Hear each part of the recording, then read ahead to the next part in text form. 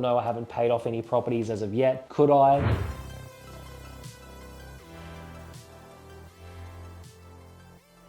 I have bought properties outright in cash using like no finance at all. I've bought probably about 3 or 4 properties using like just with cash using no finance. These were more affordable ones from like 150,000 to 200, 250,000. So I bought ones outright. So they technically originally had no loans on them. In terms of actually paying them off, ones that I bought maybe 5, 6 years ago, I could have done that and I was very, very close to, but I realized that paying them off isn't generally it isn't the best thing to do if you want to continue growing and expanding and creating more wealth and making more money. There's no use in actually paying a property off if you've just got a certain amount of properties, because you could actually use the equity to buy 5 or 6 more properties, which in the long term would double in value, and then you'd have more equity in those. So I would much rather have 80 properties paying themselves off right now and be all paid off within hypothetically 10 years, but I still get cash flow between now and then anyway. So many people are only paying off property so they don't have any responsibilities. That's the only reason why they're usually paying it off. Then they're not worried about the mortgage, and then they just have rental income and they think they can just sit back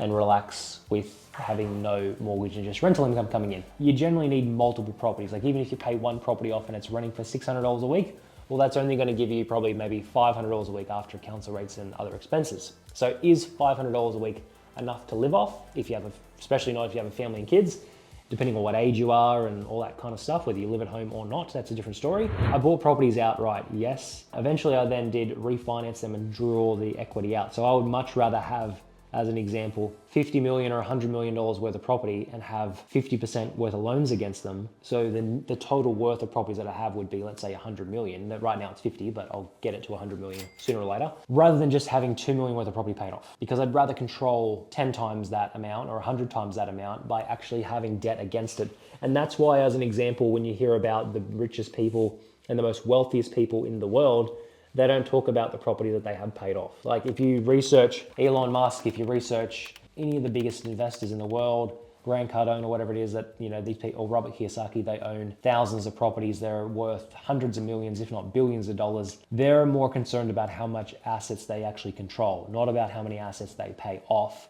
They would rather have, $1 billion worth of assets and then maybe 200 million worth of debt against it, because then they've got 800 million worth of net actual equity. If you're 32 years old, as an example, like I am, or you're 25, or you're 35, or you're 40, or even if you're 50, that's still relatively young in the grand scheme of things. So I wouldn't be focusing on paying a property off unless you're at that mindset that you just want to hang up your boots and never do anything ever again. What usually people find, and what I've found, is like even if you do plan to retire at the age of 35 or 40 or 50 or 60, you're going to generally need something that kind of keeps you getting out of bed and something that you can move forward with in time and feel like you're progressing somewhere in life and getting to the next level. It's a very complicated question, but in short, no, I haven't paid off any properties as of yet. Could I? Absolutely. If I were to literally sell, I'd say 50% of my portfolio, I would probably pay pretty much all the other ones outright. I'd probably sell 60% of my portfolio, and then I'd have the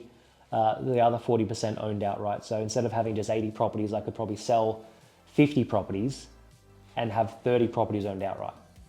So that's great. There's no point in me doing that, because then if you sell some, you trigger capital gains tax, you've got to pay taxes. The moral of the story is, yes, I could have over 30 properties owned outright today. If I sold 50, I'd have 30 properties owned outright.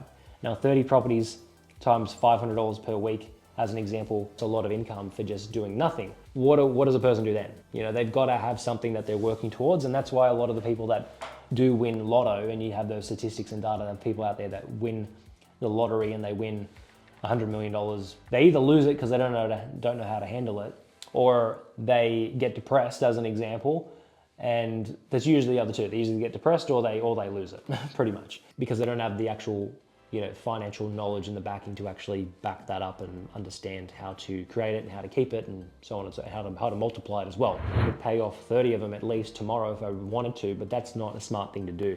Paying them off is a very elementary and a very basic way to think about property investing. That was what I first thought about when I was 18 to 20 years old. I thought, let's buy a property and pay it off. But I didn't understand tax laws. I didn't understand how to leverage. I didn't understand compound growth. I didn't understand real estate inflation over time and the actual economy itself. But now that I've learned a lot about that, I'm not saying I know everything, it makes more sense to hold a larger amount of properties with a bit of debt against it, which is tax deductible, which will go up in value more if you have 10 of them compared to only just having 10 of them with debt or 2 of them that are paid outright. I'd rather 10 of them with debt because then I've got 10 times the amount or 5 times the amount of actual property holdings. So 2 properties owned outright worth $2 million, $1 million each, or 10 properties that have 50% loans on them worth $1 million each. So 10 million worth 2 million over the next 20 years, they would or 15 years, they would likely double in value, and I'd be turning 10 million to 20 million or just 2 million to 4 million.